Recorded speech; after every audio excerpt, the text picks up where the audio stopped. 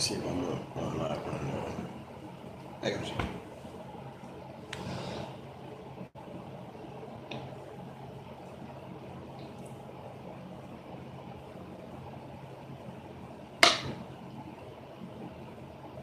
Okay. I'm on live for the knowledge. Fucking pop up. Okay. It'll pop up on that.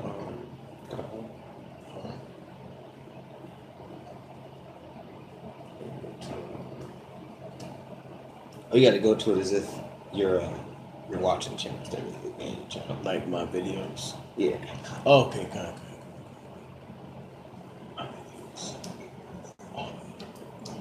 All right. All right, Brakatay Hawa. Brakatay Hawa. Brakatay Hawa Shai. Brakatay Hawa Shai. Brakatay Hawa. Brakatay Hawa. Brakatay Hawa Shai. Brakatay Hawa Shai. Hawa. Hawa. Ba'ashem. Ba'ashem. Yahweh Shai. Yahweh Shai. Ba'ashem. Ba'ashem. B'cha. B'cha. Hakodash. Hakodash. Rakatham. Rakatham. And double honors to the apostles, a great millstone. Citations to the icon of the four corners, pushing its truth and sincerity. All right. Love, diligence, respect, fear, and knowledge. All right. Respect, fear, and trembling. You know. And shalom to the brother on the comment board. Shalom out. Shalom, shalom. All right. This is Tazawam, of course, with the brother. Hey, right. All right. And we're gonna go in on Acts, the 6th chapter. You know, to give some understanding. You know, through the Spirit, more understanding. You know, these is all the same recycled, so to speak, scriptures and recycled breakdowns through the Spirit. You know, you got new Akim coming into the fold, and they have to get this history. And that's one thing that you have to understand is to know about the history of the Bible, man. Okay, you got to know the history. Okay, so in order to understand Acts or the New Testament, so to speak, is you have to understand the history. All right, you got to understand what was going on in that time period. Okay, why the scriptures were saying this, why the scriptures were saying that.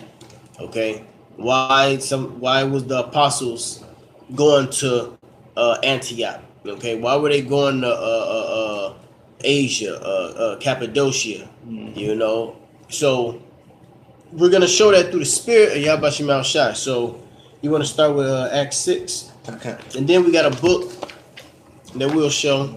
Okay. This is the antiquity of the New Testament. Okay? The word antiquity means ancient. Okay? Quick precept.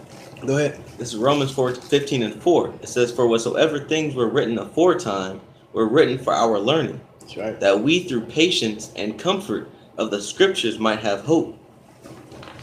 You know, so everything that was written in the scriptures and concerning the prophets, concerning the different regions and history of our nation was written for our learning, man. You know, and the books that the archaeologists have and the scholars have written are based off of the historical findings and facts of the scriptures. You know, so it was all put together for us to learn about our heritage today. Okay. You know, but the thing is that our heritage has been hidden, even the fact of the great mystery of the Gentiles. Yeah. You know, which is a big mystery. All right. Is the Gentile topic is a big mystery. All right, and it's a huge stumbling block. Okay, so he that have it here, let him hear. Okay. All right. This is Acts chapter 6, verse 1. It says, "And in those days, when the number of the disciples was multiplied, there arose a murmuring of the Grecians against the Hebrews, because their widows were neglected in the daily ministration." Okay, now verse 1. The Grecians. Who are the Grecians? Okay. You want to go into it? Who the Grecians are? Okay. Read that again one more time first. This Acts chapter 6, verse 1. It says, "And in those days, when the number of the disciples was multiplied, there arose a murmuring against the Grecians, against the Hebrews." It says, "because their widows were neglected in the daily ministration." Yep. Okay. So the Grecians and the Hebrews, they had a dispute, man, concerning the daily ministration. All right. And I'm going to say it before the brother gets it. Those were the Greek-speaking Jews. Okay? That's what the word Grecian means. Now, why were they Greek-speaking Jews? So we're going to get into that history. All right? And the history is that the history of it was that we were colonized. Okay, Mm-hmm. in that land we got colonized. We were taken down. Okay, and under Alexander the Great. Okay, then you had the Seleucid Empire. Then you had the Ptolemaic Empire. Okay, and through the Seleucid Empire you had Antiochus Epiphanes. Okay, and we know who Antiochus Epiphanes is, man. All right, he was the one who orchestrated the abomination desolation. Okay, which made the oblation to cease. Okay. Okay, which was the worshiping of the sacrifices, sacrificing to Yahweh Shemal Shai. Okay, so understanding that history, you understand that title Grecian, that word Grecian in Acts the 6th chapter. Go ahead. This is from the G1675, Hellenistus, which in the definition is a Hellenist, one who imitates the manners and customs of the worship of the Greeks and use the Greek tongue, used in the New Testament of Jews born in foreign lands and speaking Greek. See, born in foreign lands but speaking Greek. Those were the Jews. Read that part again. You just said the Jews. Kind of Read it says again. used in the New Testament of Jews born in foreign lands and speaking Greek. See, those were the Jews, the Israelites, born in a foreign land. Okay, speaking Greek. You finna get Ephesians? What you got? Ephesians 2? Go ahead. Get it. There's a spirit. It said born in foreign lands. Okay? Because we got colonized. All right? I got it. You got it? Go ahead. This is Ephesians 2:11. It says, "Wherefore remember that ye being in time past Gentiles in the flesh." Okay, time past Gentiles. Okay, time past foreigners in the flesh. Okay, go ahead. It says, "Who are called uncircumcision by that which is called the circumcision." Now, the uncircumcision were the Israelites that were scattered. All right, and they called them uncircumcision in the flesh because they didn't take on what the custom of the physical circumcision. Because when you go into the history of the abomination does make it desolate. Okay, you know what? Get that out of Daniel first. What is that? Daniel 9 and the last verse. So get that out of there first, and then we go into the Apocrypha. Okay, and we're gonna understand why that happened. And this is Daniel chapter 9. Let's see. Let's get straight to the and 27. Yep. It says, "And he shall confirm the covenant with many for 1 week, and in the midst of the week he shall cause the sacrifice and the oblation to cease." And like the brother was saying, the sacrifice and the oblation was our offering to the Lord, you know, and the oblation meaning the altars, you know. And Antiochus Epiphanes, what he did was he came in after he came from Egypt. He came in and he sacked Jerusalem and he destroyed our temple, and he desecrated the sacrifice. You know, that's why they call it the abomination of desolation, or the abomination that make it desolate. Yep. Because he made our temple desolate, man. Yep. You know, and spilled blood. It says, "And for the overspreading of abominations, such as making us eat pork, you know, he shall make it desolate, you know, such as sacrificing pork, you know." And nobody wanted to go into the temple anymore. You know, he even disenchanted the priests, the scriptures say. Yep. It says, "Even until the consummation, and that determined shall be poured upon the desolate." You know? So he was raining down terror on Israel, man. So I'll read that right there. I'm going to read verse 56 or? No, just start from 41. Okay. Moreover. This is First Matthew. So this is history. Hey, it may be boring, but whatever. Okay? Because we finna get into this book. All right, we finna get into this book. This is First Matthew chapter 1, verse 46. And the scripture says, "Study to show thyself approved," man. Okay? And beginning with our apostles, all right, beginning with Apostle Tahar, through those men showed us the format of how do you dig into these scriptures, man. You got to go into this history. All right? Go ahead. That's right. This is First Maccabees 1 and 46. It says, "And pollute the sanctuary and the holy people." No. 41. 41. Verse 41, it says, "Moreover, King Antiochus wrote to his whole kingdom that all should be one people, and every one should leave his laws. So all the heathen agreed according to the commandment of the king. Mm-hmm. Yea, many also of the Israelites. See, many also of the Israelites. Okay, so the Israelites stopped doing their laws to please the king. Go ahead. It says, many of the Israelites consented to his religion, and sacrificed unto idols, and profaned the Sabbath. For the king had sent letters by messengers unto Jerusalem and the cities of Judah, that they should follow the strange laws of the land, and forbid burnt offerings and sacrifice, and drink offerings in the temple, and that they should profane the Sabbaths and festival days, and pollute the sanctuary and holy people, set up altars and groves and chapels of idols, and sacrifice swine's flesh. See, this is the explaining the abomination does make it desolate, and it's gonna say it. Go ahead. It says, and unclean beasts. So when we had to go into the altar, the priests, all right, which was the Levitical priesthood, okay, when they wanted to go into the the holies of the holy and sacrifice for a sin offering or whatever offering they want to sacrifice unto the Lord, that's what Antiochus Epiphanes stopped. Okay, he wanted that to stop. We're not gonna sacrifice a lamb. We're gonna sacrifice a pig. Yeah. That's what made it profane. Yeah. All right, go ahead. It says that they should also leave their children uncircumcised. See, so that they should also leave their children uncircumcised. Now hold that. Now go back to Acts. I mean Ephesians. Ephesians. Because this is why the circumcision called them uncircumcision. This was why the circumcision called them the uncircumcision. Back in Ephesians 2:11, it says, and the circumcision, the circumcision were the Jews that knew the customs, that were raised up into Jerusalem. Okay? See, they were called foreigners and aliens and strangers because they were from other parts of the land. Okay? They wasn't directly from Jerusalem. That's right. Okay? But they were still Israelites. Hence the word Grecian. Grecian. Jews that were born in foreign lands that may greet their customs. But we're showing why the customs was made. Because it was really beaten into submission. Okay, go ahead. It says, Ephesians 2:11, it says, wherefore remember that ye being in time past Gentiles in the flesh, who are called uncircumcision, by that which is called the circumcision. See, time past Gentiles in the flesh. That was talking about the physical circumcision. Okay? Now let's go back to the Apocrypha, and then we're going to continue reading that.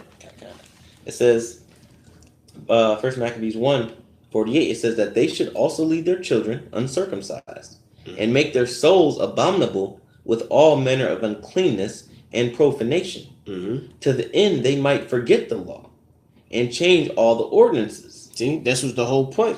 All right?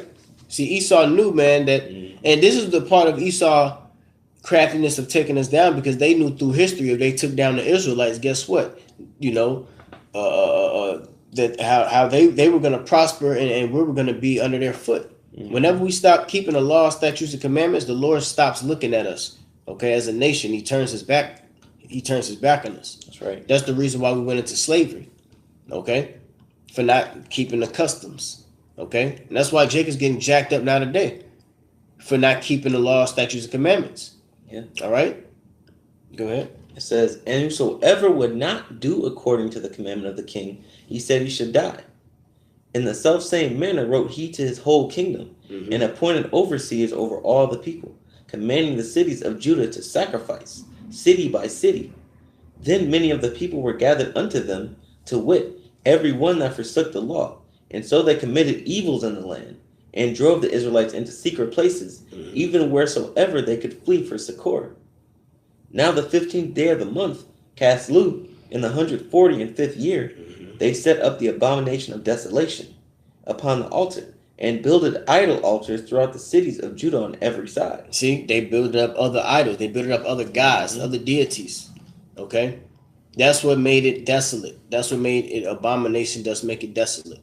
Okay? That's what Acts, the 9th chapter, 27 verses talking about. When you read up a little bit, it talks about the 70 weeks, and that goes through a historical time period.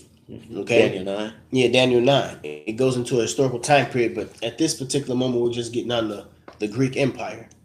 Is that it on that? Oh, it keeps going. It keep going. We'll go ahead and finish it up. It says, it's about the killing of the children and stuff too. It like says, devils, man. and burnt incense at the doors of their houses and in the streets. Mm-hmm. And when they had rent in pieces the books of the law, which they found, they burnt them with fire. So they burnt our scrolls, man. They were burning our history and our records in the scriptures, man. Yep. You know? They were burning the commandments. It says, and wheresoever was found with any the book of the testament, or if any consented to the law, the king's commandment was that they should be put him to death. Yep. Thus did they by their authority unto the Israelites every month, to as many as were found in the cities. Now the 25th day of the month they did sacrifice upon the idol altar, which was upon the altar of the Most High, in which time, according to the commandment, they put to death certain women that had caused their children to be circumcised. See, and that circumcision was one of those. That was the covenant between Abraham and the Most High. Okay, and he told us that we were going to keep that for a generation, from generation into generation. That's right. All right. So that was something that was how do you say it? That was an agreement, a physical agreement with Yahweh Bashim Al Shai, man. Yeah, it cuts you off from the Lord. Yeah. That's something that cut us off from the Lord, man. You know, that circumcision. Okay, and you got to, back then in the ancient world, man, that was deadly serious. You know, it was deadly serious. So that's why they told us to stop doing it. Okay, and do whatever we want. Do it thy will. That's basically, hey, do it thy will. Yeah. You know? Go ahead. It says, and they hanged the infants about their necks, and rifled their houses, and slew them and had and slew them that had circumcised them. Yep. See, those that even see, the mothers was righteous women, bold women. They still sacrificed their children. Circumcised, slack it. They still circumcise their children, you know, and that'll put them to death, you know, or they'll get put to death, or the child will get put to death. Okay, so just trying to paint that picture, man. Now, when you read into the New Testament, the so-called New Testament, okay, when you read into the New Testament, you see Gentile, and when you see Grecians and Greeks, this, that, and a third, those are the Israelites who were in that land. And the reason being of them being called that is because the previous ruler, Antiochus Epiphanes, okay, or Alexander the Great, or Ptolemy, okay, what they did was what? They beat the Israelites into that fashion, into their religion. All right. So when generations come down later, when you read it now we're reading in the Bible and it says neither Greek nor Jew, or we thinking it's Edomites. No, those were the Israelites. Okay, and we have to wake them up to let them know, like, all right, enough of that Greek bullshit, man. We come back to serve Yahweh Bashim Al Shai. Okay, all right, Yahweh Shai, he came and laid his life down so you brothers around in these lands can be close through the blood. Same thing we're doing now today. Same thing we're doing now today. We were Gentiles before we came into the truth, and now we're sitting here and we're waking up other brothers that are so-called Gentiles, man. Yeah. You know, through the Spirit. Get out of the American bullshit and come back to the Lord. Yeah. I'm going to go back to Ephesians. No. Let's get back in Acts. Okay, okay. This is back in Acts chapter 6, verse 1. It says, and in those days, when the number of the disciples was multiplied, there arose a murmuring of the Grecians against the Hebrews. So those Greek-speaking Jews. Yeah. Because their widows were neglected in the daily ministration. Yep. Now, we went through that. Let's read a little bit of here. Read this real quick. Okay. And just kind of speed read it, but make sure it's clear. So just read here. This is from the New Testament and Antiquity, page 19. It says, every culture likewise. Knowing the history. The subtitle, Knowing the History. See, the subtitle is Knowing the History.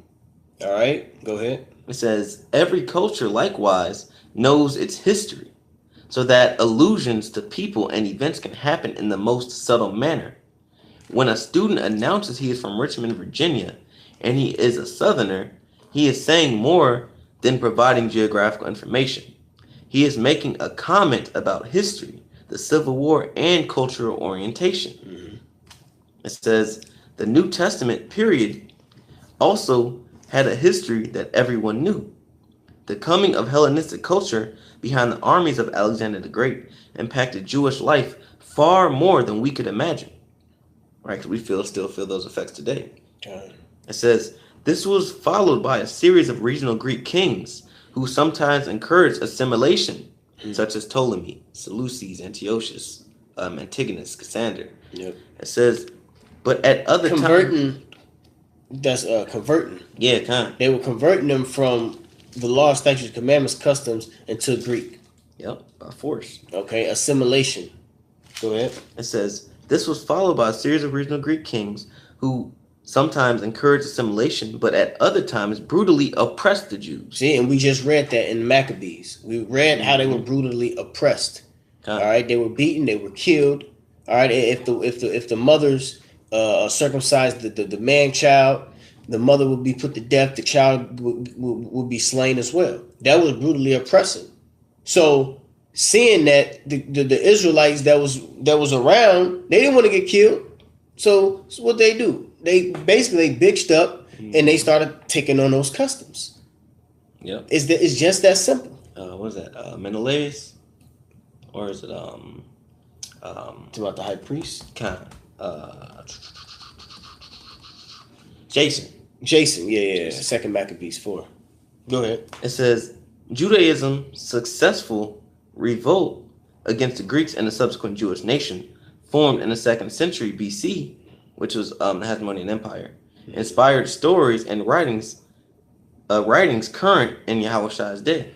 Yep, that's it. So just to get to understood, you have to understand that history. All right, but all right, that's one piece. We ain't gonna read it all, but I just want to read certain points. And read this right here. Now, this is from the same book, New Testament Antiquity, page 26, titled The Hellenistic Period, 332 to 63 BC. It says, while the conquering empires of the East permitted the Jews to retain their cultural and religious identity, the coming of the Greek culture, or Hellenism, in the 4th century made an indelible mark on Jewish life. You'll break it down to anything in there. That's like it. It says, while the conquering empires of the East permitted the Jews to retain their culture and religious identity, such as, Assyria, Babylon, the Medo-Persian Empire, all those empires, let us keep our cultural identities, meaning they let us keep the law, statutes, commandments, and worship our power. It says, the coming of Greek culture, or Hellenism, in the 4th century made an indelible mark on Jewish life. Greek culture was missionary by nature, sweeping up new peoples and converting them to a new, modern way of life. Judaism soon found itself enticed to join the wider Mediterranean world. And I wouldn't even largely say entice. Basically force.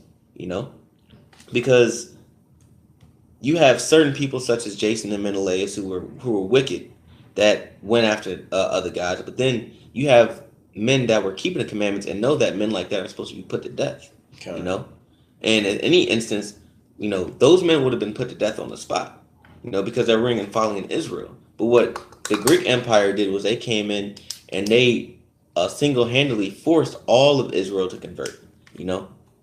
So in order to force all Israel to convert, they killed off the men and the women, and they kept the children. That resisted. Yeah, that resisted. They kept the children. And growing up generations and generations, you start to assimilate, man, because that's all you know. Yeah. Think about your position in the society before you came to the truth. You're doing Christmas, Thanksgiving, and New Year's and all of that. So-called holy day. Not even knowing why, Your parents don't even know why. Why? Because it was beaten out of your foreparents and nothing was passed down in your culture. Okay. That was it. That was written here. It says, it says Judaism soon found itself enticed to join the wider Mediterranean world. Yeah, so they was enticed to join that world, man. Okay, it's just like now.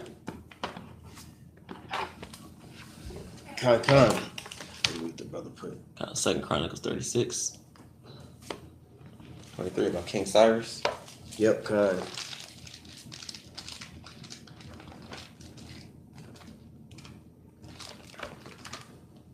Yep. Yeah, he's talking about when Cyrus gave that edict for them to go worship the Lord. Mm-hmm. You know, the water. Yeah. And you know, any other fucking nation, you know, they let us worship our power and continue our customs. But as soon as that damn devil, our twin, that red Hebrew Edomite, gets his ass into authority, he wants to strip it all. Mm-hmm. Okay? That shows that hey man, that proves that nigga's Cain, man. That proves that that's Esau, man. Move with envy and choler. You know? Because Esau, he didn't keep the law, statutes, commandments, man. Okay? Cain, he made a wicked it was a wicked sacrifice. The Lord didn't accept that sacrifice, man. Yeah. You see? And all right. Knew it was and he told, the Lord told Cain, what he said, if thou doest good, you know, if you do well, man, you'll be accepted. This devil could never do well, man. He always never took hold of the law, statutes, commandments, man. You know? Hey, Thawada, bro, hey, that was a good point. Okay. You know, the King Cyrus, he let us, he let us go back into the Holy Land and build up the temple. Okay? But then when it transitioned to the Greek Empire, man, they tried to cut all of that, man. Mm-hmm. You know? Yeah, because that's and think about it, that was Esau's blessing. You know, he was put to have the sword and have the the dew of heaven. You know, so when he finally got into power and he started taking over other lands, his whole thing was everything is mine. So everybody's going to do the customs that I do. Yeah, you know, just like if you go back to Genesis, the 11th chapter of the Tower of Babel, man. Yeah, you know, he took that same that same spirit from Genesis, the 11th chapter, and applied it to every aspect of every society that he has. Well, that's why the first thing he said. Yeah, he wrote a letter and say. Yeah, he wrote the letter. Read that real quick. The letter that he wrote. This is back in First Maccabees, chapter 1, verse 41. It says, moreover, King Antiochus wrote to his whole kingdom that all should be one people, and everyone should leave his laws. So all the heathen agreed according to the commandment of the king. Yeah, so that everybody could be one people. Yep. Leave your laws. We're going to be one. We're going to be all together. Mm-hmm. We all going to go off together. Yeah, Esau, man, he's selfish as hell, man. He want everybody to fall with him, you know. But let's keep going. Keep going on this verse. Was that it on this? Yep, that's it on that. Let's just get a tad bit more. Whew. Man, I want to read this whole thing just to give it.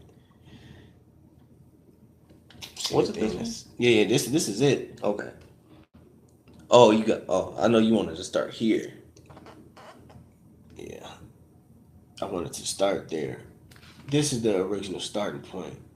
I just don't want to read all of that. Read it. Okay. It's history, so we're going to have to just read it. Fuck it. This is page 30 of the New Testament in Antiquity, highlighted Ptolemaic rule 320 to 198 BC. Show them the book and show them for the brothers who's getting on. His brothers getting on and getting off, so never know. They ain't see it. This is the Antiquity of the New Testament. Okay, go ahead. Under Ptolemaic rule. Okay. Mm-hmm. Now Ptolemy, all right, that was one of the generals. That was one of the 4 generals under Alexander the Great. Okay? After Alexander the Great died, he had 4 generals, which was Seleucid, Ptolemy, Lysimachus, and Cassander. Antigonus. Cassander, he came in as a step-in for Antigonus after he died. Yeah, because he died, I think, a little early. So go ahead and read that. Mm-hmm. So it says, Ptolemy the First Soter, which means savior, had been one of Alexander's most trusted generals. Accompanying him throughout Asia, at Alexander's death, Ptolemy became governor of Egypt and with time was designated as king. Despite the turmoil of these years, Ptolemy successfully defended his hold on Egypt, based his capital at Alexandria, and Hellenized the northern cities of the country. See, look up Hellenization. Mm-hmm. All right? We already then brought it out. It's transitioning from your respected original customs to what? To Greek fashion. Okay? That's all it was. Go ahead. Oh, and notice it says Hellenized. When you look at Hellenized in any sense, Hellenized always refers to Israelites or Jews who made Greek their customs. So what you get out of this is that you had you had Israelites in those northern cities in Africa, in Egypt, you know, such as Libya, like Cyrene, like we're about to go into. Yes. So you had Israelites in that part of the world back then, you know, in 320 BC before, Yahushua came on the scene. That's why it was very important. Okay, it was very important for us to do the ministries where the ministries was being taken place at, because that was heavily of another religion, so to speak. There, when Yahushua came on the scene, hey Yahushua, man, this is the man. Because you got to understand the Greek Empire in Alexandria specifically. Yeah. All right, if you know about Alexandria, look it up. What Alexander the Great did was he got all the customs, all the philosophies, okay, and he put it in the library called Alexandria, okay. And think about it, it's one of the biggest so-called libraries with different religions, different philosophies, different customs. And then you got Jake going in there, reading this book, reading that scroll, reading this scroll. You had they had something called the marketplaces. Okay, yeah, trade routes and everything. Trade routes. In the marketplaces at that time, they hosted meetings. Okay, they called them tenants, tenant meetings of your own opinions and stuff like that. Okay, they showed that in the movie Agora. Okay. It showed that in Agora that everybody had their own little philosophy or the way they viewed life and this, that, and the third. And what they do, they came together and they disputed and they battled. That was the marketplace that was going on. Well, guess who else was in the marketplace? We were in the marketplace, the prophets. Yeah. Okay, that's why the Lord told us to go on the highways and hedges. Okay, go into the marketplaces. Okay, why? Because that's the hubs of all those different philosophies, and we're gonna grab and fish out the elect that's amongst the bullshit. Okay, so in Alexandria, man, it was hella Aristotle philosophy. Yeah. You know, look up that Socrates, those philosophies. You know, those are all part of that Greek fashion, that Greek custom. And Jake had to get beaten out of that bullshit, all right, and come back to the Heavenly Father. All right, go ahead, Doc. It says, during this era, Judea enjoyed remarkable freedom, as the Ptolemies considered it pacified. It was a small kingdom encircling Jerusalem, and was viewed as a temple state ruled by priests who merely had to pay taxes to the local Ptolemaic governor. Many Jews lived elsewhere outside Judea, called the diaspora or dispersion, which a lot of that came from the Babylonian Empire. When Southern Kingdom was dispersed throughout throughout Southwest Asia and Africa due to the Babylonian Empire, and you can read about that in Kings and Chronicles. It says the greatest threat to Jewish identity was the gradual assimilation of Hellenistic culture. Intertestamental literature records show how Jerusalem's priests warned about the encroachment of these values. Theaters offered dramatic arts that were foreign to Jewish life. Gymnasium guilds enlisted young men at 18 to join their social and athletic centers, where sporting events were practiced nude. Come on, man. That's in the scriptures. So that's how you cross reference. You see what's up in these books and see where that meat is at, and if it lines up with these scriptures, you go get it out the scriptures. Okay. You gonna get it? Yeah. 4 and 7, kind. It's the same thing now today. The exact same thing now today. All right, say they gotta get 18. What year do they graduate out of college? Out of high school to get to college? 18, and the legal age is 18. Yeah, the legal age is 18, and that's when they get the molding and shaping Jake into getting into the NFL, the NBA. Okay, those are the Coliseums now today. Okay, go ahead. This is 2 Maccabees 4 and 7. It says, but after the death of Seleucus, when Antiochus called Epiphanes took the kingdom, Jason, the brother of Onias, labored underhand to be high priest, promising unto the king by intercession 360 talents of silver. Yep. He said they hold the Olympic Games. Yep. It says, and of another revenue, 80 talents. The same fucking thing, man. We dealing with Esau, man. We dealing with the Greeks, man. These same damn devils, man. If it ain't broke, don't fix it. Same thing, man. Well, we know the scriptures, man. History repeats itself. That's a famous quote, a famous phrase, right? Or you go into the scripture, it tells you that there's such thing as reincarnation. All right, the empires and people are reincarnated. Entire empires are reincarnated. That's right. The Greek Empire is reincarnated to America, man. Just like the Babylonian Empire, okay? Just like the Roman Empire, Assyrian Empire. That's all here now today, man. That's right. That's all here right now today. This is the last stop. Revelation 13:3, the brother posted. It says, and I saw one of his heads as it were wounded to death, and his deadly wound was healed. Yeah, and that head that was wounded to death was Rome, man. And it's been healed now today in America. That's right. And all the world wondered after the beast. The same thing. Like the world wondered after Rome, man. That's right. Everybody's picking up the philosophies and the do's and the don'ts of America, man. America's leading the whole world to death. But the difference is the whole world's going to wake up and destroy America, man. Yeah. Yeah, the earth is going to turn over on Babylon. But it's back in 2 Maccabees 4. Hey, that's why they made us learn Roman numerals, man. Fuck is we learn the Roman numerals? Right.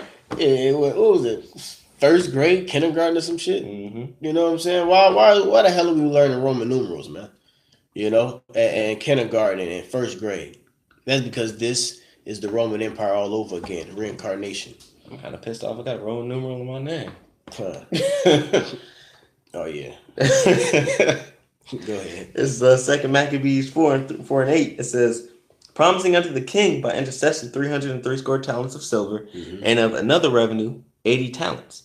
Beside this, he promised to assign 150 more, if he might have license to set him up a place of exercise. See, he set him up. He got light. Hey, can I? You know, and this nigga, he was actually, you know, on Antiochus Epiphanes' nuts, so to speak. Yeah. You know, that can I get licensed? Can I get licensed to do? Can I make up a temple? Can I make up a place of exercise? That's what this nigga was doing. Trimming his way to seek love. You know. Go ahead. It says, and for the training up of youth in the fashions of the heathen. He had that scripture on deck too. That Luke 23. Yeah, we just talked about that before we hit record.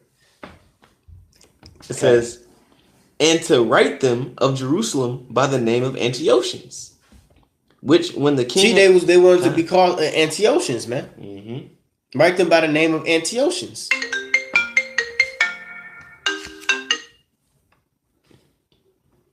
Yeah, they wanted to be Antiochians, man. Which when you look at it, it's the same spirit as now. Everybody wants to be called, has to be called Americans, man. You know, it's and it's not just American. You got African American, you got Chinese American, you got Japanese American, you got African American, you got Latin American. You know, everybody has to be some type of American, man. For them to know that you're a part of the society. Well. Hey, man, even in fucking China, they have American writings all over China, man. You know you have to learn America to even fly. English, Shalaka, you have to learn English to even fly. Yeah. You know? Even over there in other lands, okay? So you tell me that this devil ain't controlling everything, man. Yeah. Hey, the earth is given into the hand of the wicked.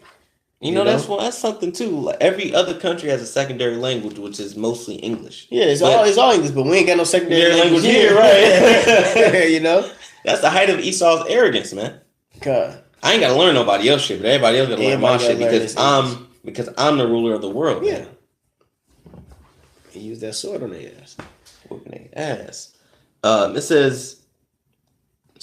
says, which when the king had granted. And he had gotten into his hand the rule, he forthwith brought his own nation to the Greekish fashion. See, Jason brought his own nation to the Greekish fashion. Okay? He brought his own nation to the Greekish fashion. Okay? They wasn't speaking the, like your brother put the paleo, they wasn't speaking the Hebrew. That's up in here. Oh, that's a dope in the book. Right? He put a scripture. That's Psalms 106 and 35. Go ahead, read it. It says, but were mingled among the heathen, among the heathen, and learned their works, and they served their idols, which were a snare unto them. Perfect. I need to write that down. Yeah, with you. Perfect. This is back in 2 Maccabees 4:11 says, and the royal privileges granted of the special favor to the Jews by the means of John, the father of Eupolemus, who went ambassador to Rome for amity and aid, he took away, and putting down the governments which were according to the law, he brought up new customs against the law. For he built gladly a place of exercise under the tower itself, and brought the chief young men under his subjection, and made them wear a hat. And think of right now, what does that emulate? The NFL and the NBA draft and the MLB, man. What do they have to do? They've got to put on that stupid ass fucking hat. Mm-hmm. As soon as they get called that they got drafted to whatever team, get their ass a jersey and they make their ass put on a hat. Yep. Meaning you have been subjectified. Yeah, because back then, and reading it, well, it's in this book. It's gonna tell you that those were customs. Even wearing hats was customs of the Greeks, man. Because we was taking off our garments. Mm-hmm. We put on fucking faggot ass togas and shit, open toe sandals and shit. And wearing those little hats and stuff, man. We weren't wearing our royal garments. So go ahead. It says that's it on that. Yeah, that was it. I want to get a little bit more in this book. This is back in just to show, because Esau got the history in his books, man. We get it from the scriptures, okay? We get it from the scriptures, 100%, okay? But you know how we do it, through the spirit. We pull out certain meat information in other places to prove our point. So you over here. Okay. This is back in page 31 of the historical setting of the New Testament. Mm-hmm. It says, the great threat to Jewish identity was a gradual assimilation of Hellenistic culture. Intertestamental literature records how Jerusalem's priests warned about the encroachment of these values. Theaters offered dramatic arts that were foreign to Jewish life. Gymnasium guilds enlisted young men at 18 to join their social and athletic centers where sporting events were practiced nude. Some young men... Yeah, that's where they get the word gymnasium from. Mm-hmm. Gymnos in the Greek, the word gymnasium in the Greek is gymnos, which means naked. Okay? That's why when you got the WWF and all of that stuff, what do? Them niggas, they wrestle in their underwear, man. Back in the ancient world, them niggas was wrestling in nothing. Mm-hmm. Okay? Greek wrestling. Esau has some type of, they have that nudity law, whatever the hell they call that shit, just so. See, hey man, these laws is really to keep Esau demonic ass in check. Mm-hmm. Part of the reason, because they'll walk around ass naked. So Esau had to show forth if they were some type of dignities. They put these laws in place. Like, you can't walk around naked, man. We ain't in the caves no more. But they in the Greek Empire in the gym. But they do in the fucking gym. Now. When you go lift weights, you go to the gym, you go take a shower. You get out the shower, you see a fucking Edomite come out with his nuts out, man. It's the same thing, man. It's fucking perverse, But we know who we dealing with. Go ahead. It says, some young men even sought to reverse the signs of circumcision. See, these niggas reversed it, the signs of circumcision, man. And that's in the scriptures. Okay? How did they reverse the signs of circumcision? I forgot the name of the cause, but they have foreskin restoration. Foreskin restoration. Foreskin restoration, man. All right? And they get a string and they tie it in the tip of their head. And I think they had rocks on it. Mm-hmm. And they pull the foreskin back over the tip of their head, man. Okay? It's fucking perverse, man. They'll put a foreskin back on the tip of their head, man. We're men. We know the circumcision and how it, and that's what they'll do.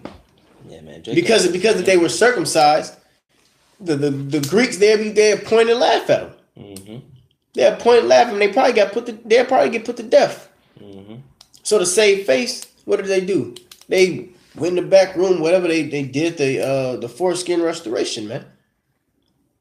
That's in the Bible. Get it? That shit is painful, dude. Like Jake puts themselves to It's hell. all in the scripture. We're just gonna prove the reason why they were, this whole Grecian topic. Okay. We ain't even jump off the second verse of Acts 6. But, Nope. hey, what was clever, baby? This is spirit. You know where it's at, though, right? First Maccabees. It's on the left side. Let me see. I know exactly where it's at. Yeah, I know. It's probably on this side. Yeah, it's right here. Let me see.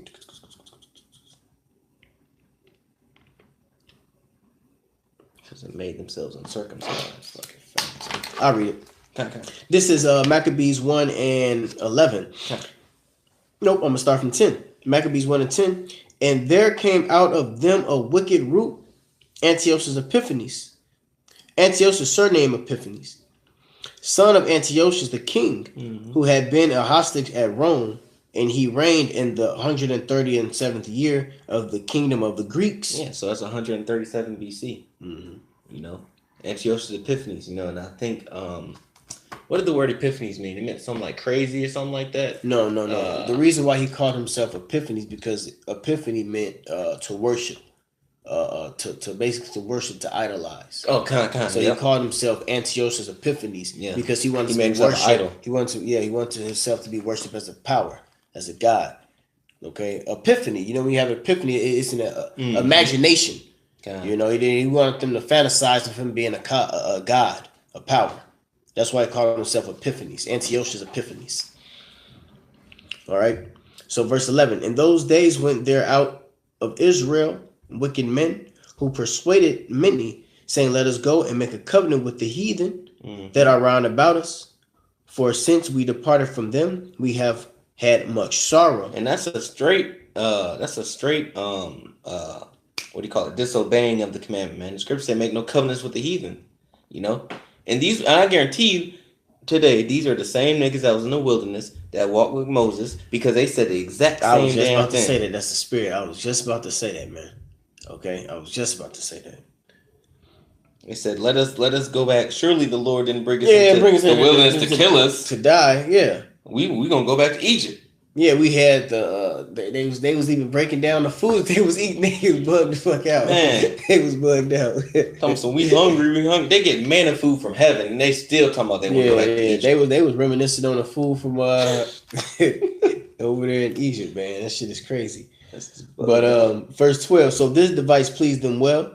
Then certain of the people were so forward herein that they went to the king, who gave them licenses to do after the ordinances of the heathen, whereupon they built up a place of exercise at Jerusalem according to the custom of the heathen, and made themselves uncircumcised. See, foreskin restoration, man. Foreskin restoration. And if you looked at that process of that shit is painful, man.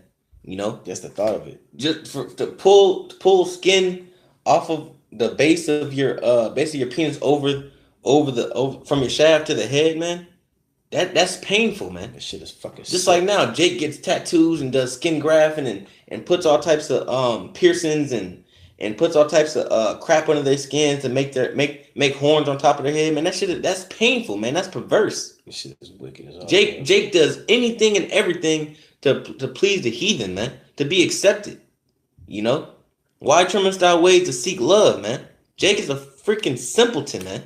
You need a sheep. You need a shepherd. That's why the Lord says my people has committed two evils, man, and that they're brutish. Yeah. Verse 15, First Maccabees 1 and 15, and made themselves uncircumcised and forsook the holy covenant and joined themselves to the heathen and were sold to do mischief. Okay, so that's the point I want to pull out. They made themselves uncircumcised, man. So read that again, Baba Kusha. It says, some young men even sought to reverse the signs of circumcision to avoid shame when they entered the games. To avoid shame when they wanted to go into the games, man. Go ahead. Clothing styles, always a potent symbol for the young, now made outlandish cultural statements. Jewish beards and flowing robes were replaced with broad-rimmed hats, short togas, and high-laced sandals. Second national Jewish culture. Jews began to use Common Greek or Koine Greek as their common language. Jews, read that part again. Jews began to use Common Greek or Koine Greek as their common language. They began to use Koine Greek or Greek as their common language. Okay, so they stopped speaking Hebrew. They started to go into Greek. Okay, they stopped speaking Hebrew and they went into Greek. Now let's go back into Acts 6 real quick, and I'm gonna get it. You ain't gotta get it. I'm gonna get it. Acts 6. Where's 6 at? And 1. This Acts 6 and 1, I'm gonna just go straight to Grecian. Just gonna keep going back and forth for a minute. Come on, Joe. Yeah, that's slowing down. It says, and in those days, no, yada yada yada yada. There you go. Grecian. Okay. 1675. Hellenistus. And it says, used in the New Testament of Jews born in foreign lands and speaking Greek. Read that part again. It says, this is in Acts 6 and 1. Jews began to use common Greek or Koine Greek as their common language. That's it. That was the common language. That's why they was calling themselves Grecians. Go ahead. Thus, the Hebrew scriptures were no longer understandable in the synagogues. According to the ancient letter... Yeah, because they was casting them all down.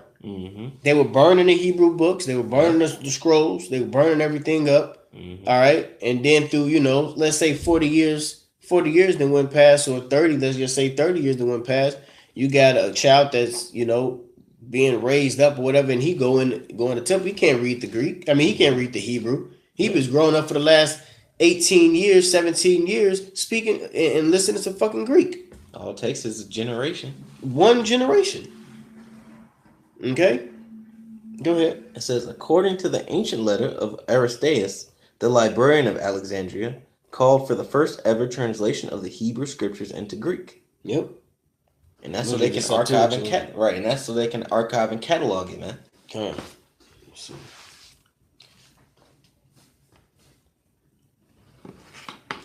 Yeah, that's pretty much it. It got some more, but yeah, we got to keep going. It's all good on that. Let's go back to the scriptures. Okay. This back in Acts chapter 6, verse 2. It says, then the 12 So now there's the understanding of that, man. All right? Lord willing that it was edifying. Okay? Go ahead. It says, then the 12 called the multitude of the disciples unto them, and said, it is not reason that we should leave the word of the Most High and serve tables. It says, wherefore, brethren, look ye out among you 7 men of honest report, full of the Holy Spirit and wisdom, and whom we may appoint over his business, over this business. But we will give ourselves continually to prayer and to the ministry of the word. Yeah, so what's happening is they were having disputes amongst the Hebrews and the Grecians, which were the Israelites, back and forth, okay, dealing with the daily ministration, because those Jews at that time in that land, man, they weren't really fucking with them. So they was trying to get over on them on some bullshit. You know how Jake get down. All right. And now here it is. You have the 12. You have the top men, okay, in that region, and he's telling them, "Hey, man, we're not about to deal with this business. We got the ministry to do." Okay. So they set up those 7 men. Go ahead. It says, "But we will give ourselves continually to prayer and to the ministry of the word." And the saying pleased the whole multitude, and they chose Stephen, a man full of the faith and of the Holy Spirit, and Philip of Prochorus, and Nicanor, and Timon, and Parmenas, and Nicholas, a proselyte of Antioch. Yeah, hey, Nicholas, a proselyte of Antioch. Okay, I just did a lesson on this. Hey, Nicholas, what's a proselyte? What does the word proselyte mean? All right, a proselyte is a convert. Okay, a proselyte is a convert from one religion to the next religion. That's what a proselyte is. Okay, so Nicholas was a proselyte from Antioch. Okay, now who ruled Antioch? That's where you get the name, the name Antiochus. Okay, Antiochus Epiphanes. Was Antiochus. What is it? Nicanor. Nicanor. Antiochus Nicanor. Okay, he named Antioch from his name Antiochus. So by default, you should understand where I'm going. That place was Hellenized. Exactly. Antioch was the outside of Alexandria. All right, Antioch was another main point of Hellenization. It was a great big city. Okay, go ahead. It says, "Whom they set before the apostles, and when they had prayed." So it was an Israelite. It was an Israelite who's a convert. He was from another region. He was from another land, which was known for them to come to Jerusalem. Man, give me Acts. Before you get Acts 2, give me Acts. Read Acts.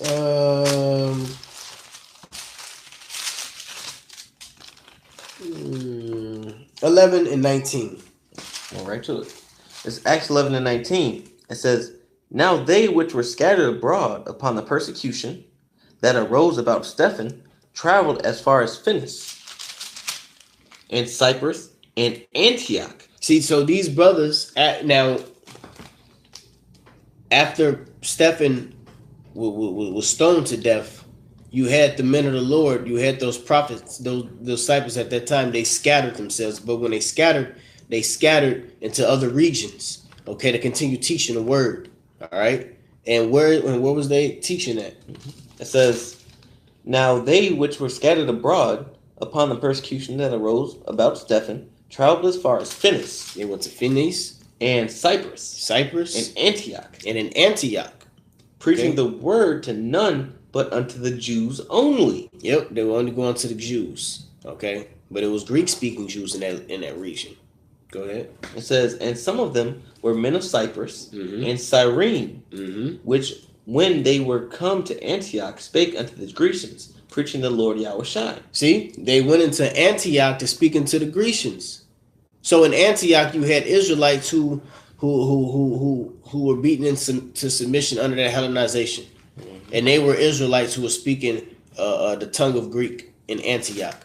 So when it told you in Acts the sixth chapter, how Nicholas was a proselyte from Antioch, he was a convert from being a part of that, a part of that religion once upon a time. That's right. But he rose up in the spirit. Now this brother was one of the 7 men who were taking on the custom of who were taking on the duties of the 7 of the daily ministration.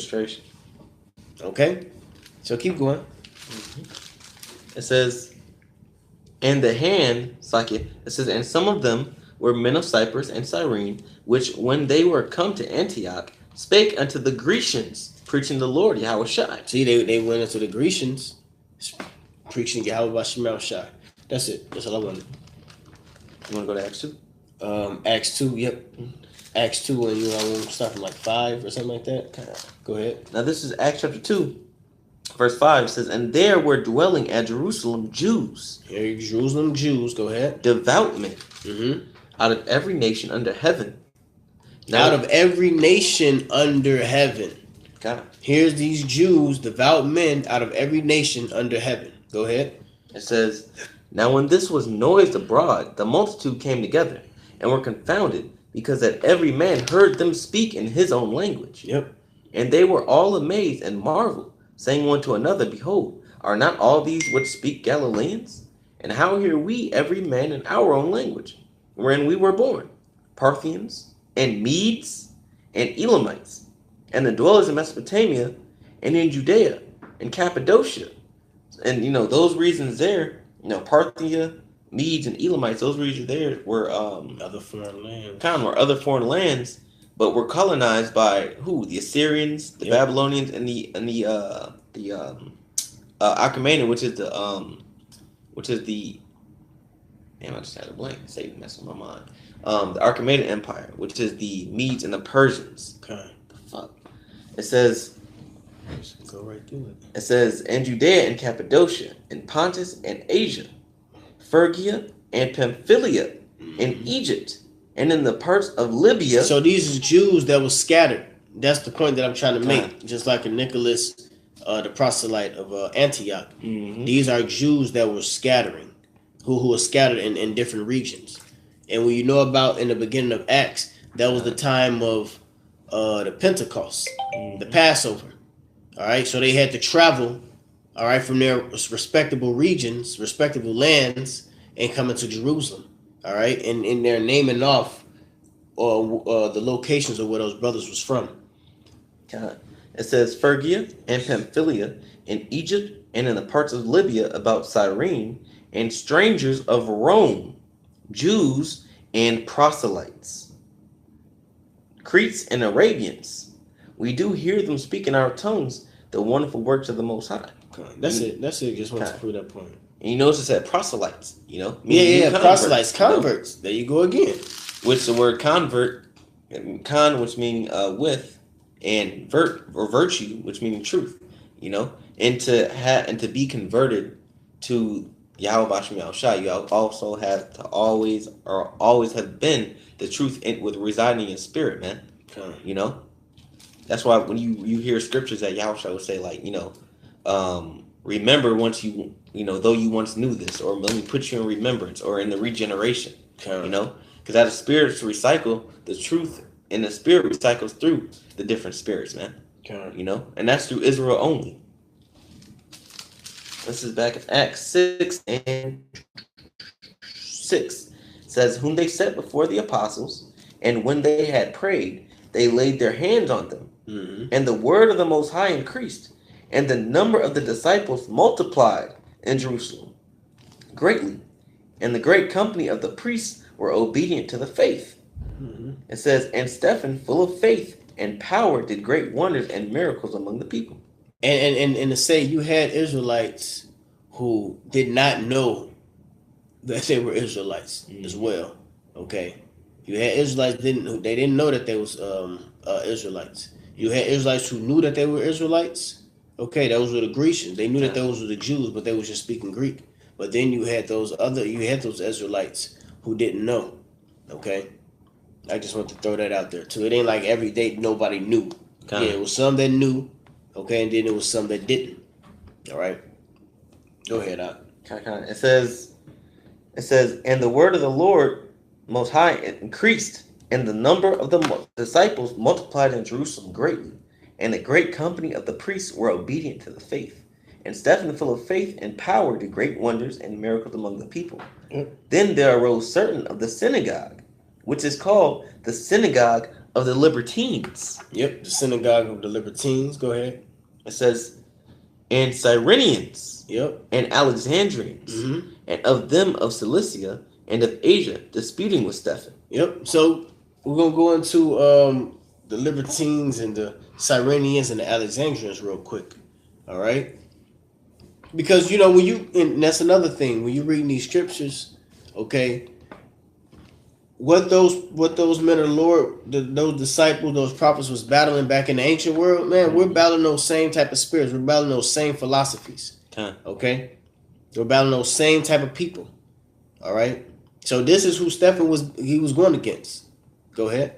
This is Synagogue of Libertines. Now this is from the Wikipedia. It says, according to the Acts of the Apostles, the Synagogue of the Libertines, or Synagogue of the Freedmen, were a group of Hellenistic Jews who disputed with Saint Stephen. It says the meaning of libertine in this passage is different from the generally understood connotation of a dissolute person. Mm-hmm. In this instance, libertine refers to one who has been liberated, that is a former slave or free man. Those attending this particular synagogue might also include the descendants of such freemen. It says opinion is divided as to the number of synagogues named here. The probability is that there are 3, corresponding in the geographical regions involved: Rome and Italy, Northeast Africa, and Asia Minor. So basically, just the main points that we was Now it those was the Freemans. Mm-hmm. Yeah. So those were Jake's. Does it tell you how they were? It's funny. Okay, go ahead. It says, in this case, the Synagogue of the Libertines is the assembly of the freed men from Rome, descendants of the Jews enslaved by Pompey, after his conquest of Judea in 63 BC. It says, skip down, it says, the Greek towns lying west of Cyrene would naturally be called Libyan. Consequently, these returned Jews, instead of being liberalized by their residents abroad, were more tenacious of Judaism and more bitter against Stephen than those who had never left Judea. So these libertines were hostile against Stephen because under the guise of their philosophy of what they've gone through as slaves or being descendants of slaves in Rome, they think, oh, Ptolemy gave me my freedom. Yep. So I'm a free man. That's what I call libertines. Yeah, libertines. So you're gonna tell me that I have to come under the yoke or the guise of this Yahushua? Right. So you mean I got rules and commandments to follow? Mm-hmm. But I'm free. Yeah.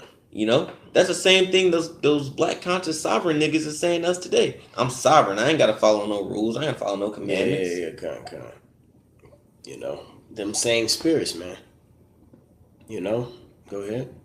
This is Cyrene.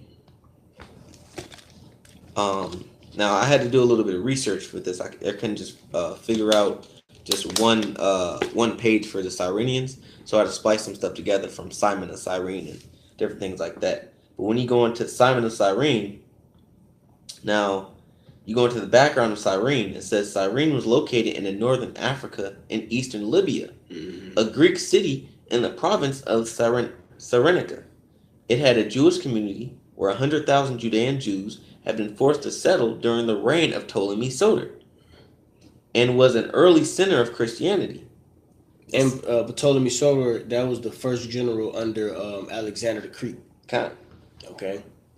So just showing more where these people were from. Okay. Now you do your own research and go study about the land of Alexandria. Look up what philosophies was in that region at that particular time, because then you'll understand who you're battling against. Okay, it's just now we know the Christians, we know the whole back and forth of the fucking baptism, Pentecostal. Yep. We know that back and forth, so we know who we dealing with, man. We know they're gonna go to John 3:16. We know they're gonna try to go to Romans 1:16. Neither Greek nor Jew. We know them. Okay, we know how they operate through the spirit. That's right. Okay, they're that weak ass shit that they go by, man. So when you reading these scriptures, man, look up these philosophies, man. Because I guarantee you, when you go on the highways and hedges, guess what? You're gonna be battling people like, oh, I done read some of that before. You believe in this or you believe in that. Yeah. And that's what Stephen was going against, man. He was going against these philosophy studying type people, man. Okay, because that Greek fashion, man, that Greek world was very, very heavy of nothing but philosophy, man. That's where the Greek mythology came from. The god of Hades and things like that. All that stuff came from that land, man. Okay, at that particular time. Okay, right. Go ahead. You can navigate, and that's how you navigate people's minds, and that's how you navigate or control a narrative when you're speaking in the spirit. Because you know exactly where they're going. Yeah. It says the Cyrenian Jews had a synagogue in Jerusalem where many went for annual feasts. It says Cyrene was supposedly the destination of many Sicarii, who fled the Roman legions at the time of the Jewish revolt. This was later to precipitate further Jewish insurrection in the area in the reign of Hadrian and Trajan. So and later after the later in history. Yeah, later in history after the Roman Jewish Wars, the Sicarii was part of an insurrection or a revolt against Hadrian. But I'm going to the Alexandrians, which I couldn't find much on the Alexandrians, because there's so much. They're just philosophers. Yeah. Philosophers, man. Those were philosophers, and some of them, of course, you had a handful who. What they were doing, they were mixing the scriptures. Okay, they were mixing the Torah with Greek philosophy. Yeah. Okay, that's what they were doing. Okay. Shalom to you, Akim, on the comment board. Shalom. All right. But they were mixing the Torah, okay, the scrolls, the laws, okay, and they were mixing it with philosophy. They were mixing with Greek philosophy. Okay. So that's what we're doing now. We're battling Jake with this bullshit about Mary having an immaculate conception. Mm-hmm. You know? Yeah, every philosophy under heaven was in Alexandria. Every philosophy. Yep. They collected every land that they went to and plundered and raped and pillaged. They took their information and their culture and their scrolls, took it and brought them to Alexandria, created a library and archived everything in the world. Archived it all. You know? Yep. Just like if you were to go to the Vatican archives or the Library of Congress. The Library of Congress, yeah. Everything in the world is there, so you can read anything and everything. So you can get into anything. You know, Jake is simple. So Jake is going to get into anything and everything. Yeah, you know, sheep, man. A sheep, you need that, what is it called? A shepherd's rod? Cattle prod. Yeah, kind. So you need that to guide the sheep here and there, man. And we're the sheep. We're simple, you know? So we don't got that shepherd right there guiding you, man. You got all these different, winds of air, man, different philosophies, and you going, to and fro, man. And that's what was happening. Go ahead. It says that's pretty much it, man. Yeah, I mean, yeah. Yeah, just finish up the scriptures. We ain't got too much to go anyway. This is verse 10. It says, and they were not able to resist the wisdom and the spirit by which he spake. We'll go back up verse 9. Okay. And then where's that scripture where it say the wisdom of this world or something like that? You talking about where's the disputer of this world? No. I get it. I get it. I know. Okay, kind of. It says, verse 9, it says, then there arose certain of the synagogue, which is called the synagogue of the Libertines, and Cyrenians, and Alexandrians, and of them of Cilicia and Asia, disputing with Stephen. And and we went over why they were disputing with Stephen, because they think that they had it all, man.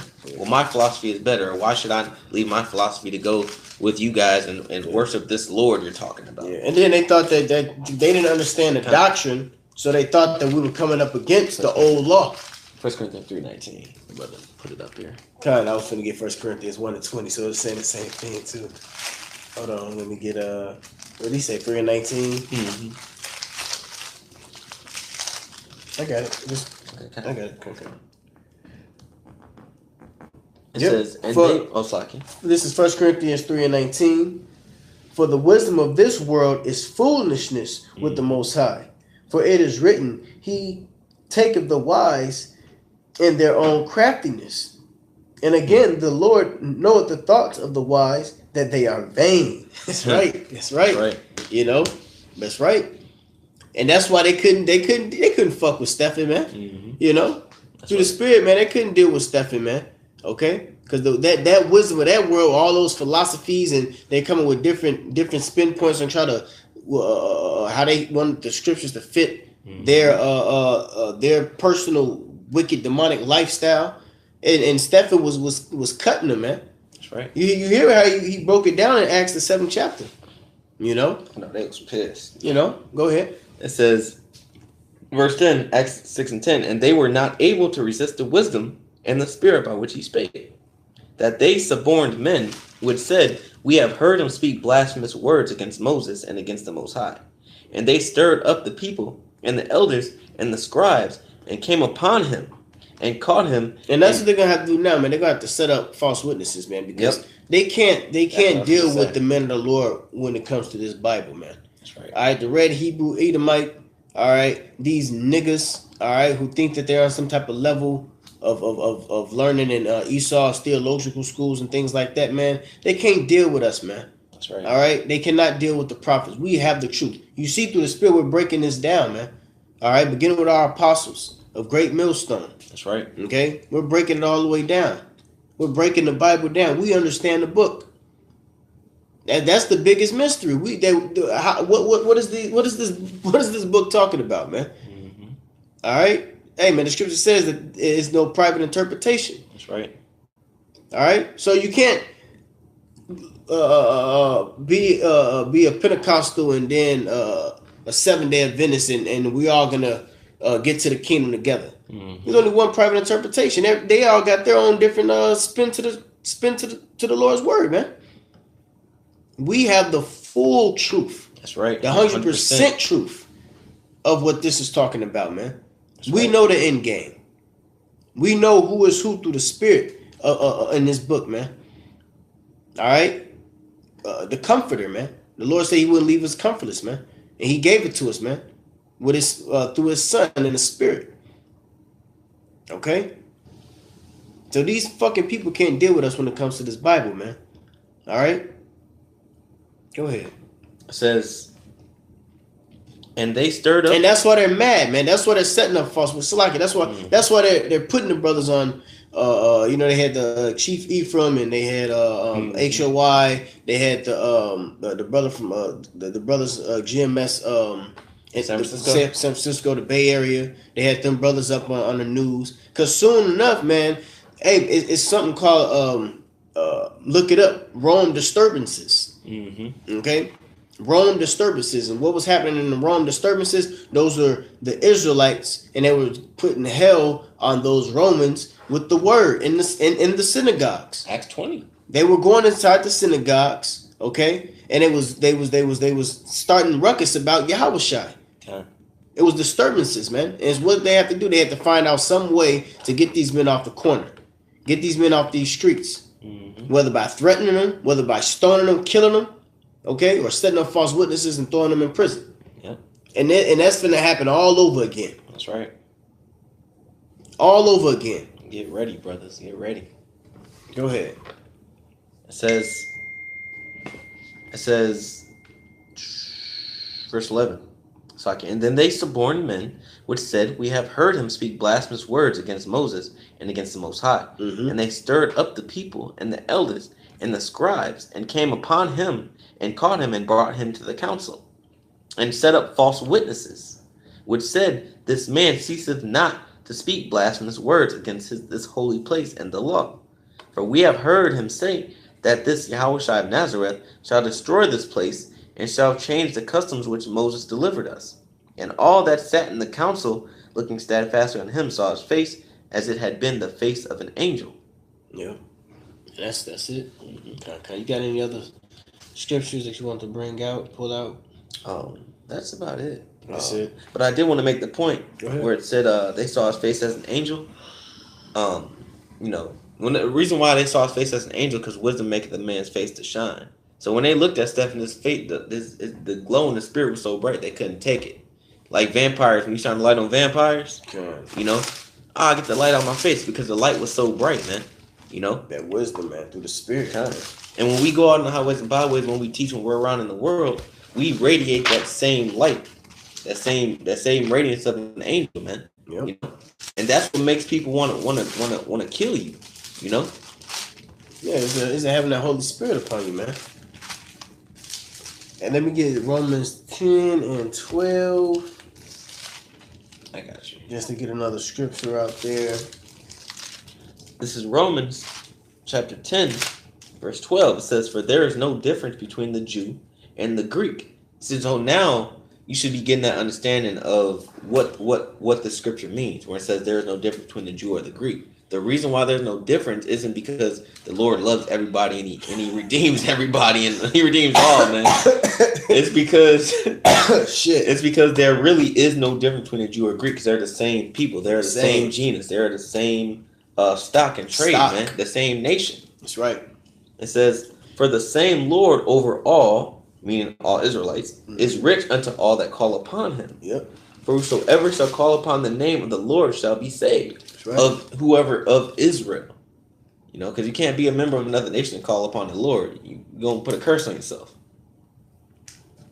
It says, how then shall they call on him in whom they have not believed? And how shall they believe in him of whom they have not heard? And how shall they hear without a preacher? And that's why the apostles were going to these different lands to preach Yahushua to these men, so that they can believe in the Lord and call upon the name, so they can be saved, man. That's the reason for the whole ministry. And that's the reason for the whole ministry now today. Nothing has changed. The only thing that's changed is the era, the time period. That's it. And the way you ugly motherfuckers look. Get Ephesians 2 and 11. The flame in their ass. And we're gonna end up on Ephesians 2, you know. You want a 19? But yeah, man, hey, get into the history, you know, for you younger brothers in the faith coming up through the Spirit, you know, get into the history because it's important. Ephesians 2 and 11. 2 and 11. It says, back in Ephesians 2 and 11, it says, "Wherefore remember that ye being in time past Gentiles in the flesh, who are called uncircumcision by that which is called the circumcision, and the flesh made by hands." See, now you can understand what that's talking about. All right, the Israelites who did not take hold under circumcision. Why? Because it was beaten up out of them. All right, they wasn't doing the customs because of Antiochus, Alexander the Great. Mm-hmm. All right, then came the Seleucid Empire, then the Ptolemaic Empire, and remember the Ptolemaic Empire and the Seleucid Empire was running at the same time. Mm-hmm. So they was getting double whammed with this Hellenization. Yeah. Okay. The abomination does make it desolate. All right, and Maccabees. All right, they were not they were told if you circumcise your child, you get put to death. That's why the circumcision, those that stayed in that land in that region, Jerusalem, they called them those are uncircumcised. We ain't gonna deal with them. And that's what the battle was with the Jews and the Gentiles, man. The Jews and the Grecians, the Greeks. Okay, the Jews, they didn't want to accept their brothers from other lands, man. Go ahead. Oh no, I was gonna say. Remember how we were saying earlier? It only takes a generation. When you look at it, from the Seleucid Empire, let's just say just from Antiochus, Seleucid Empire, from 135 BC to Yahushai. That's 135 years. Yep. 135 years ago now today was what, early 1800s? No. Late 1800s. Late 1800s, around 1860, something like Late that. 1800s. So we were just getting out of slavery, you know? The ramifications behind slavery and the ramifications behind the Hellenization has ringed Israel to the core so much that our minds are traumatized, you know? Just being born, our minds are traumatized, you know? Because that pain and that hurt and that trauma is within our DNA now, you know? So we come out of the womb thinking that we're other nations, man. You know, that's why it's so hard for Jake to grasp that they're royalty, that they're chosen people, man. Yeah, you know, homeborn slave, man. You know. Let's see. It says that at that time you were without Yahushai, being aliens from the commonwealth of Israel. See, they were strangers to the commonwealth of Israel. You know. Go ahead. It says, and strangers from the covenants of promise, having no hope, and without the Most High in the world. Yeah, because it was taught to them that they wasn't going to get the kingdom. It was taught to them that it was just going to be to the Jews over here in Jerusalem. Mm-hmm. You know, so they were strangers to the commonwealth. They were strangers to the fact of the law, statutes, commandments, the promises that was promised to them, beginning with Abraham. Yeah. Okay. They didn't understand. They didn't think that it was given up unto them. But you did have Israelites who were foreigners who were still keeping customs through the Spirit, you know. And then you had guys like Cornelius. Yep. You had brothers like Cornelius, man, who he was being faithful. And we don't know exactly how the brother may have looked, but 9 times out of the Spirit, the brother said Cornelius. 9 times out of 10, he probably had a toga on or something like that. You know what I'm saying? Yeah, he was Italian band. You know, so he probably had a toga. He probably didn't even have his beard. Mm-hmm. You know, never know. He probably didn't have his beard for the simple fact that they made the customs of taking off the beards, man. Mm-hmm. You know, and you know, the higher rank you go, the more access you have to certain information. Oh yeah, so you have to blend in with the society type. So he probably didn't look nothing like as an Israelite. Yeah. He had on the garments of the Greeks. Mm-hmm. Okay, but in fact, the word Cornelius comes from what is it? It means kernel, seed. Which means seed. Kernel, which means the seed. Man, he was the first seed of the awakening of the Gentile Israelites to come in. Mm-hmm. Okay, that's what Cornelius. All right, but go ahead, keep going, and then we're gonna close out. It says, but now in Yahushua Mashiach, ye who sometimes were far off are made nigh by the blood of Yahushua. For he is our peace, Who had those that were far off. Who were the ones that were far off? Mm-hmm. Those the ones that was far off was those from in other lands, in other regions. Okay, they were made nigh Mm-hmm. by the blood, meaning from Yahushua sacrificing his life. That's when it was opened up unto us again. Opened up into the Gentiles. Go ahead. It says, "For he is our peace, who hath made both one, and hath broken down the middle wall of partition between us." You know, so he broke down that division between the Israelite foreigners or the circumcision and the uncircumcision, man. You know, so now we're all rocking the same grace. You know, there's no oh, we're the circumcision and you're the circumcision, and so we know the customs and we're going to keep the customs away from you. No, the Lord said that all Israel shall be saved with an everlasting salvation. You know. Let me bring this up real quick. Okay. This is Zechariah 12:7. The Lord Yahweh also shall save the tents of Judah first, that the glory of the house of David and the glory of the inhabitants of Jerusalem do not magnify themselves against Judah. Okay, because Judah was the top tribe. So it said that the Lord had to save the tents of Judah first. Those were the circumcision. Those were the Jews that were still up in Jerusalem. It had to be unto them first, man. Okay? That's part of the reason why Yahushua told them to not go into the city of Samaria, of the Samaritans. Okay? Right. It was Israelite foreigners in there, but they wasn't ready. They didn't have the power yet. They didn't have the spirit yet to be able to, discern. They were disciples, which means student. Okay. All right, so he said go into the lost sheep of the house of Israel, meaning in Jerusalem at that area first, and that's where they were ministering at. Okay, but that they had to get saved first. They had to get the word unto them first. Okay, and then they had to get dished out, and that's when Yahushua sacrificed himself. Okay, that's where that's talking about right there. Now read that part again. It says, "For he is our peace, who hath both and hath broken down the middle wall of partition between us. Yep. Having abolished in his flesh the enmity, even the law of commandments contained in the ordinances, for to make in himself of twain one new man, so making peace, and that he might reconcile both unto the Most High in one body by the cross, having slain the enmity thereby." So that hate between the foreigners and the circumcision, which that's what Acts 6 started with, the murmuring against the Grecians against the Hebrews, man. The Lord broke that. He broke that down. He broke that away. So now Israel can grow together in the spirit of the Lord as one.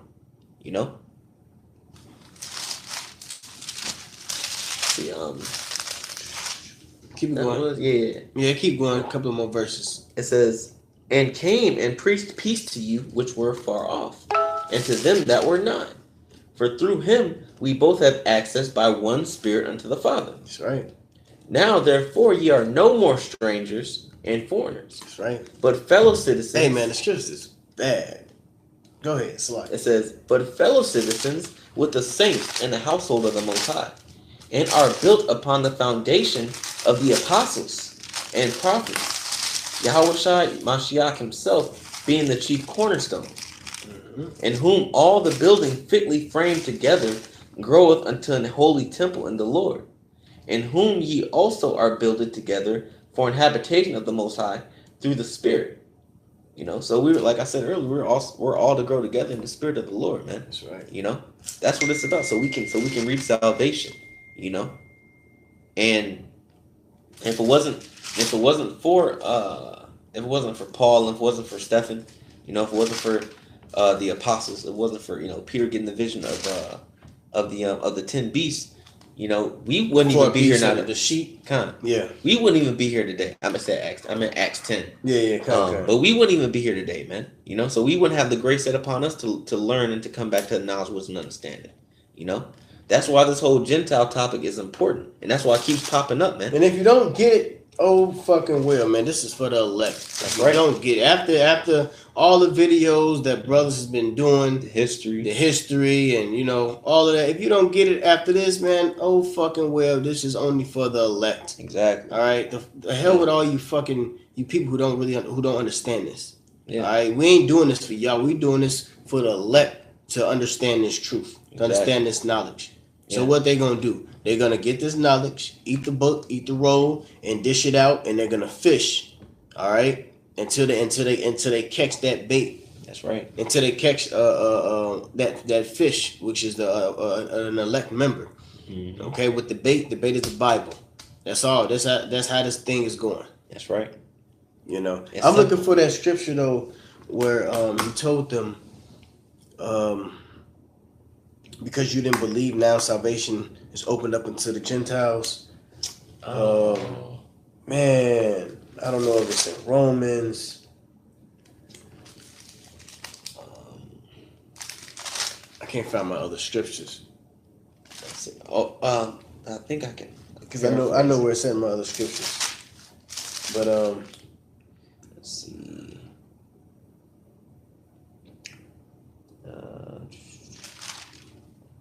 I'm roughly paraphrasing it though. It's in my head, but I can't quite get it out. What did it say? Is salvation now open to the Gentiles? No, it said that Oh, the brother just put it on the screen. Romans 11:11. is it that one? I don't think it's Romans 11:11. I don't know if that's the one. It may be.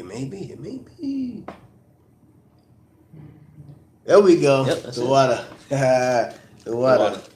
God. I read. Yeah, read that. It says Romans 11:11 says, "I say then, have they stumbled that they should fall? God forbid. No. Forbid." Start from 5. No. 5. Just start from 9. Okay. Verse 9 says, "And David saith, let their table be made a snare, The water. If I ain't said the water. and a trap, and a stumbling block, Yep. and a recompense unto them. Mm-hmm. Let their eyes be darkened that they may not see, and bow down their back always." And it's just talking about the Jews, man. It was talking about those Jews that was in Jerusalem, man. All right, go ahead. It says, "I say then, have they stumbled that they should fall? Mm-hmm. The Most High forbid.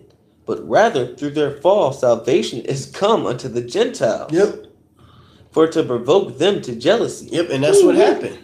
Salvation came into the Gentiles because the 10 of Judah had to come first. Yep. Okay, but then through their jealousy, brought in, the Gentiles. God. Okay, because they were that enmity. They were hating their brothers. They wasn't dealing with them. Who are you to say that the Lord can open it up into his men and women that were scattered abroad? Mm-hmm. So through that jealousy, through that envy of your own brother, it was opened up unto them.